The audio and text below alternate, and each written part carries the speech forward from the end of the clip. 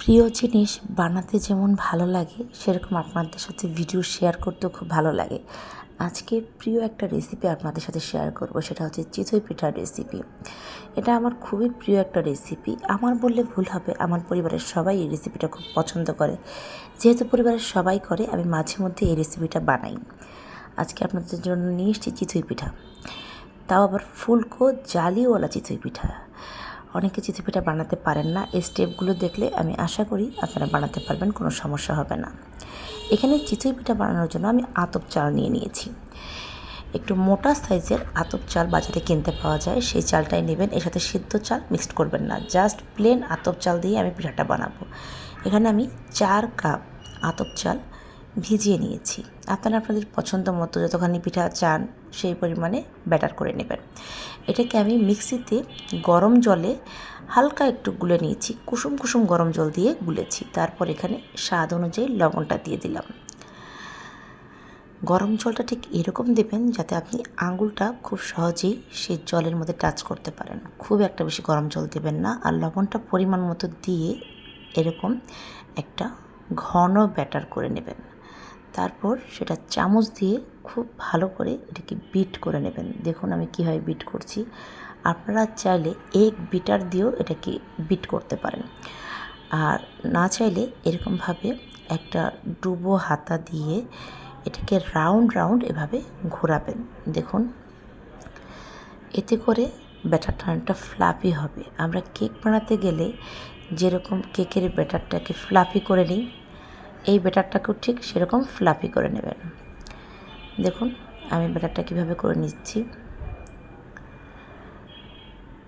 এরপর লোহার কড়াইতে আমি এখান থেকে ব্যাটার নিয়ে 1 চামচ করে দিয়েছি, দিয়ে চুলার আঁচটাকে লোতে করে দিয়েছি।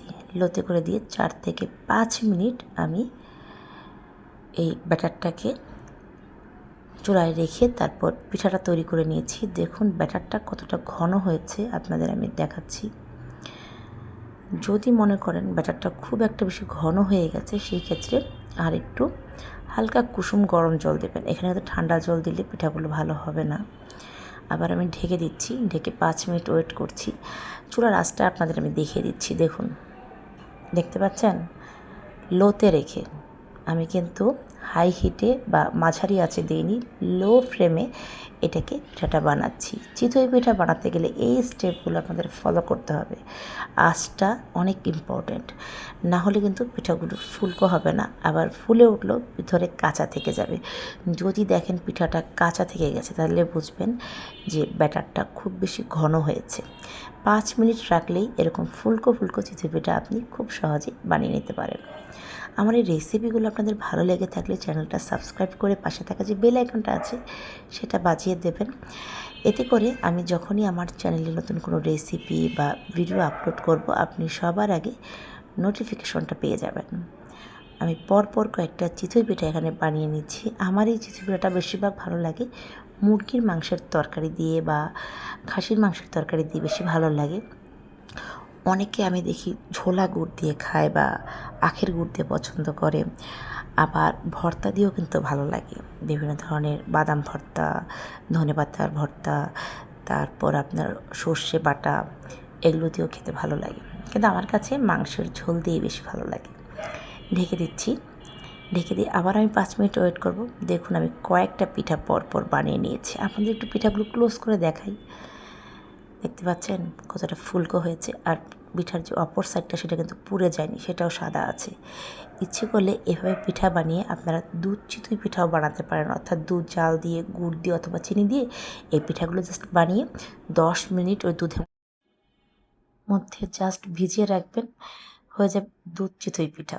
আরেকটা রেসিপি আপনাদের সাথে শেয়ার করে ফেললাম। কোনো এক সময় দুধ চিতই পিঠাটাও আপনাদের সাথে আমি শেয়ার করব। আজকে ফুলকো চিতই পিঠা বানিয়ে দেখালাম। অনেকেই চিতই পিঠা খেতে খুব পছন্দ করেন, কিন্তু চিতই পিঠা ঠিক মতো হতে চায় না। আমি যেভাবে দেখালাম সেভাবে করবেন, প্রত্যেকটা চিতই পিঠা এরকম ফুলতে বাধ্য। আর যদি না ফুলে সেক্ষেত্রে আমাকে কমেন্ট করে জানাবেন, তাহলে আমি বলবো যে হয়তো আমারই শেখাতে ভুল হয়েছে বা কোনো কিছু হয়তো মিস করে গেছি, আমি আবার দেখাতে চেষ্টা করব। কিন্তু আমি ভিডিওটা একদম ডিটেলসে আপনাদের সাথে শেয়ার করলাম, আর স্টেপ বাই স্টেপ আপনাদের আমি বলে দিলাম আপনারা এইভাবে চিতই পিঠা বানাবেন। আশা করি আপনাদের ভালোই লাগবে। হয়ে গেল আমার চিতই পিঠা। আমি কয়েকটা পিঠা বেশি করেই ভেজে নিচ্ছি। এই পিঠাগুলো কিন্তু গরম, গরম খেতেই বেশি ভালো লাগে। ঠান্ডা হয়ে গেলে একটু শক্ত হয়ে যায়। তাই গরম, গরমই আপনারা খেয়ে নেওয়ার চেষ্টা করবেন। হয়ে গেল চিতই পিঠার রেসিপি। আরেকটি রেসিপি